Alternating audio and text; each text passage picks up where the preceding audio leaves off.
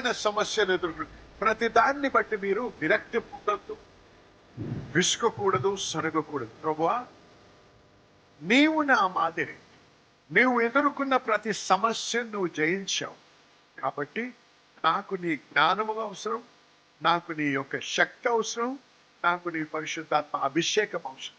నేను పోలి నడిచినట్టయితే నేను ఖచ్చితంగా జయిస్తాను అనే మనస్తత్వముతో అటువంటి వైఖరి కలిగి ముందు కొనసాగినప్పుడు అద్భుతాలు ఖచ్చితంగా జరిగి తీరుతాయి మీ జీవితం.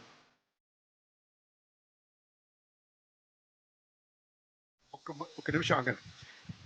రెండవది సోల్ అంటున్నాం. సోల్ అంటే ఏంటంటే, సోల్ వచ్చి మన చిత్తము, మన తలంపులు, ఆలోచనలు, మన మైండ్ అంటాం. సో విల్ అండ్ ఇమోషన్స్, మన భావోద్రేకాలు, ఇవన్నీ కూడా దేంట్లో ఉన్నాయండి? మన సోల్లో ఉన్నాయి. ఇది చాలా ముఖ్యమైనటువంటి అంశం, నేర్చుకోవాలి మీరు.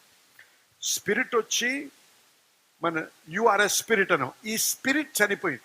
ఎప్పుడైతే ఆదాము అవ్వలు ఆ తినకూడనటువంటి పండు తిన్నారో అప్పుడు మీరు నిశ్చయముగా మరణించదరు. ఎక్కడ మరణించారు? శారీరకంగా మరణించలేదు, కానీ ఆత్మలో మరణించారు. అర్థమైన వారు ఆమెను చెప్పండి. ఎప్పుడైతే యేసు ప్రభువును మనం అంగీకరిస్తామో, నా పాపముల నిమిత్తం ఆయన మరణించి రక్తము కార్చి పాతి పెట్టబడి తిరిగి మూడవ నాడు లేచాడు అని నేను నమ్మి నా నోటితో ఒప్పుకున్నట్టయితే నేను రక్షించబడ్డాను, అంటే నేను తిరిగి జన్మించాను అన్నమాట. హల్లెలూయా. నా ఆత్మ పురుషుడు చచ్చిన స్థితి నుంచి సజీవమైన స్థితికి వచ్చాడు. ఆమేన్. ఇప్పుడు నేను నూతనమైన సృష్టిని. ఆమేన్. అయితే అక్కడికి వెళ్దాం. ఇప్పుడు మీకు సోల్ అనేది అర్థమైంది. సోల్ అనేది మీ స్పిరిట్, మీ విల్, మీ మైండ్, మీ చిత్తము, మీ మనసు అండ్ యువర్ ఇమోషన్, మీ భావోద్వేగము. మైండ్ అనేది నీ తలంపులు, నీ ఆలోచనలు, నీ ఉద్దేశాలు, ఇవన్నీ ఎక్కడ జరుగుతాయండి? మనస్సులో. ఇమోషన్స్ అనే భావోద్రేకాలు, ఇవన్నీ కూడా ఎక్కడున్నాయి? మన సోల్లో ఉన్నాయి. తిరిగి జన్మించినప్పుడు నీ సోల్ మారదు, నీ స్పిరిట్ మారుతుంది. సోల్ మారడానికి సమయం అవసరం. అందుకే ప్రతి ఆదివారం వాక్యం వినడానికి రావాలి. వాక్యం వినుట ద్వారా నీ సోల్ మార్చబడుతుంది. అది నేను ఇంకా లోతుగా తీసుకెళ్ళినప్పుడు మీకు అవన్నీ నేను నేర్పించగలను, కానీ ప్రస్తుతం ఇది నేర్చుకోండి. మనము spirit. Okay, say I'm a spirit, I have a soul, I live in a body. మనిషి మరణించినప్పుడు ఈ లోక విధానంలో మనిషి మరణించినప్పుడు శరీరం మట్టికే మట్టిలోంచి వచ్చింది, మట్టిలోకి వెళ్తుంది. నీ స్పిరిట్, నీ సోల్ వెళ్ళదు. నీ సోల్, నీ తలంపులు, నీ ఆలోచనలు, నీ చిత్తము, నీ యొక్క భావోద్రేకాలు, ఇవన్నీ మట్టిలోంచి రాలేదు కాబట్టి అవి మరణించవు. అందుకే లాజరు ఓ మాట అన్నాడు, అయ్యా అబ్రహాము చిటికిన వేలు, చూసారా, ఒక్క చుక్క నీరు నా నాలుక మీద వేయించండి. ఎందుకు? దాహము. చూసారా, అది శరీరము కాదు దాహం అనేది, అది నీ యొక్క మనస్సులో నీ గమనించండి. స్పిరిట్ మ్యాన్ అంటున్నాం. ఈ యొక్క how do I explain this? Okay,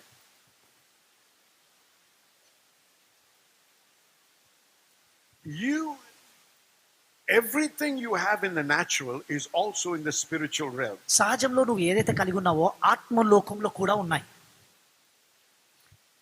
That's why you can feel thirst. అందుకే దప్పికను నువ్వు గ్రహించగలుగుతావు. Feel the heat. ఆ వేడిని కూడా అనుభవించగలుగుతావు. అర్థమైంది మీ అందరికీ? హల్లెలూయా. కానీ ఎక్కడున్నాడు? నరకములో ఉన్నాడు. సో చనిపోయినప్పుడు నీ శరీరం మట్టుకే పాతి పెట్టబడుతుంది. నీ ఆత్మ, నీ యొక్క ప్రాణము ఇవన్నీ కూడా అయితే దేవుని దగ్గరికి వెళ్తాయి, లేకపోతే నరకానికి వెళ్తాయి. మన విశ్వాసం అది. ఆమేన్ చెప్పండి. ఇప్పుడు 2 కొరింథీ 5:17 ఒకసారి గమనించండి. కాగా ఎవడైనాను క్రీస్తునందున్న ఎడల నీవు క్రీస్తునందు ఉన్నట్టయితే, అంటే నీవు ఆయన యందు విశ్వాసం ఉంచి ఆయన నమ్మినట్టయితే, క్రీస్తునందున్న ఎడల వాడు నూతన సృష్టి. వాడు నువ్వు చూసారా, ఇదే అన్నానండి, నీ స్పిరిట్ బోర్న్ అగైన్, నువ్వు నూతన సృష్టి. పాతవి గతించను, ఇదిగో క్రొత్తవాయన. హలో, చూసారా, అంటే పాత మనిషి చచ్చిపోయాడు, నీ యొక్క చచ్చిన స్థితిలో ఉన్న నీ ప్రాణము, నీ ఆత్మ తిరిగి జన్మించింది. కాబట్టి నువ్వు నూతనమైనటువంటి వ్యక్తివి. హల్లెలూయా. కానీ నీ సోల్ మారలేదు, అది మర్చిపోకండి. దాని గురించి మనం ఇంత ముందుకెళ్ళినప్పుడు మాట్లాడదాం. కాబట్టి ఇప్పుడు నువ్వు నూతన సృష్టి, నీవు దేవునితో ఐడెంటిఫై గుర్తింపు పొంది ఉన్నావు. You are not God, but you are a son of God. దేవుడవు కాదు, కానీ దేవుని కుమారుడవు. ఆమేన్. నువ్వు దేవుడివి కాదు, కానీ దేవుని కుమారుడివి. You are made in the image and likeness of God. దేవుని స్వరూపంలో, దేవుని పోలిక చొప్పున సృష్టించబడ్డావు. ఆమేన్. ఆమేన్. నీవు దేవుని స్వరూపంలో, దేవుని పోలికలో సృష్టించబడ్డావు. నువ్వు నూతన సృష్టి. అయితే దేవునికి ఉద్దేశం ఏంటంటే, ఇప్పుడు we have to operate and function like him. ఇప్పుడు ఆయన వలె మనం పని చేయాలి, కార్యములు జరిగించాలి. ఆయన వలె మనము జీవించాలి, ఆయన వలె మనం పని చేయాలి, ఆయన వలె మనం క్రియలు జరిగించాలి. దేవుడు అద్భుతమైనటువంటి క్రియలు జరిగించాడు. దేవునికి అసాధ్యమైంది ఏదీ లేదు. హల్లెలూయా. కాబట్టి గమనించండి, మనము దేవుని నుంచి సృష్టించబడ్డాము. ఆమేన్. ఏమైందండి? పరిశుద్ధాత్ముడు మరణించిన స్థితిలో ఉన్న మనల్ని తిరిగి జన్మనిచ్చాడు మనకి. కాబట్టి దేవుని నుంచి వచ్చాము, కాబట్టి మనము దేవుని కుమారులమై ఉన్నాము. ఆమేన్. ఆమేన్. ఇప్పుడు మనం ఆయన పోలి నడుచుకోవాలి అంటే, దేవునికి అసాధ్యమైంది ఏది లేదు, కాబట్టి మనకి కూడా అసాధ్యమైంది ఏది ఉండకూడదు. హల్లెలూయా. చూడండి, మార్కు సువార్త 10వ అధ్యాయం 27వ వచనం ఒకసారి చూడండి.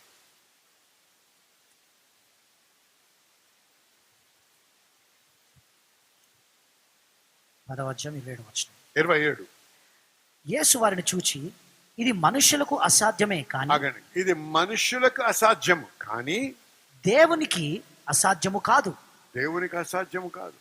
హల్లెలూయా. దేవునికి సమస్తము సాధ్యమే. దేవునికి సమస్తము సాధ్యము. దేవునికి అసాధ్యమైనది ఏది కూడా లేదు అని మనం అందరం నమ్ముతామా, నమ్మమా? నమ్మిన వారు ఆమె చెప్పండి. అవును, ఆమె. అంతటితో ఆపలేదు ప్రభు. ఇంకో మాట అన్నాడు. 9వ అధ్యాయం 23వ వచనంలో చూడమన్నాడు. అందుకు యేసు నమ్ముట నీ వలననైతే నమ్మువానికి సమస్తము సాధ్యమే. హల్లెలూయా. దేవునికి సమస్తము సాధ్యము, తిరిగి జన్మించిన నీకు కూడా సమస్తము సాధ్యం. కానీ ఒక కిటుకుంది ఇక్కడ, నమ్మితేనే అవుతుంది ఇది. ఆమేన్. నమ్మాలి. నమ్మిన అంటే ఇప్పుడు మనల్ని దేవుడు ఎక్కడ ఒక ఉన్నత స్థితికి లేపాడు. దేవుడు మనల్ని, ఆయన చేయగలిగినది నీవు కూడా చేయగలవు అంటున్నాడు.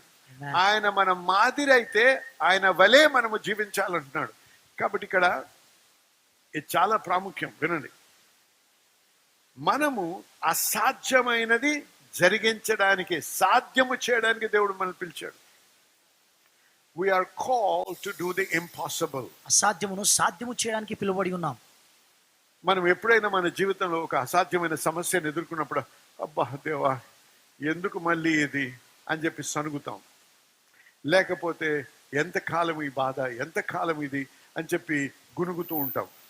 ఏం మర్చిపోతున్నామంటే, ఎవ్రీ ప్రాబ్లం, ఇంగ్లీష్లో చెప్తాం వినండి first, every problem is an opportunity for promotion.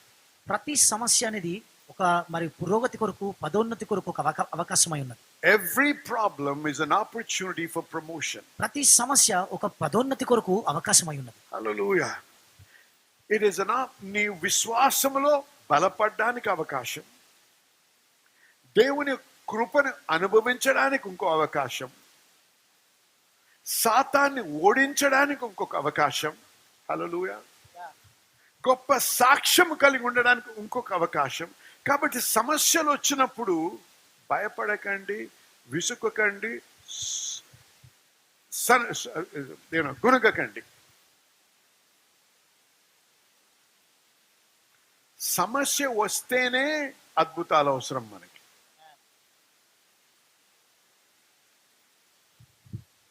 పరీక్ష వస్తేనే అద్భుతం అవసరం మనకి. దేవునితో నడిచినప్పుడు అద్భుతాలు జరగాలి. అద్భుతాలు జరగాలంటే ప్రశ్నలు ఉండాలి, సమస్యలు ఉండాలి. మీలో ప్రతి ఒక్కరు లేకపోతే అనేకులు ఏదో ఒక సమస్యను ఎదుర్కొంటూ ఉన్నారు జీవితంలో.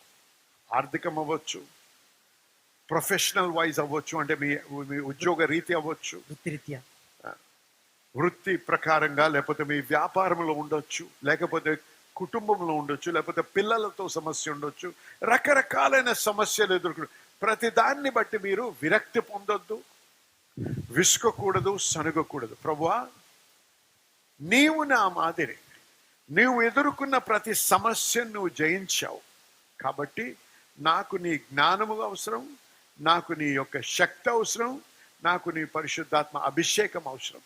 నేను పోలి నడిచినట్టయితే నేను ఖచ్చితంగా జయిస్తాను అనే మనస్తత్వముతో అటువంటి వైఖరి కలిగి ముందు కొనసాగినప్పుడు అద్భుతాలు ఖచ్చితంగా జరిగి తీరుతాయి మీ జీవితంలో. నమ్మిన వారు ఆమెను చెప్పండి. అప్పుల పాలై ఉండొచ్చు, దేవుడు అప్పుల నుంచి కూడా మీకు విడుదల అనుగ్రహించగలడు. హల్లెలూయా. ఏ రకంగా జరిగిస్తాడో మనకి తెలియదు. పేతురు వచ్చాడు, ఏమన్నాడు? అయ్యా పన్ను కట్టాలి అన్నాడు. పన్ను కట్టాలి మనం అన్నప్పుడు యూదా ఇస్కరియోతు ఎక్కడున్నాడు చూడు, బ్యాంకులో ఎంత ఉందో చూడు, సంచిలో ఎంత ఉందో చూడు అన్నాడా? అనలేదు. మామూలుగా ఆలోచించలేదు ప్రభు, ఇంకొక వైఖరిలో ఆలోచిస్తున్నాడు. నేను ఏది పొందాల్సిన దేవుడి నుంచి పొందాలి నేను.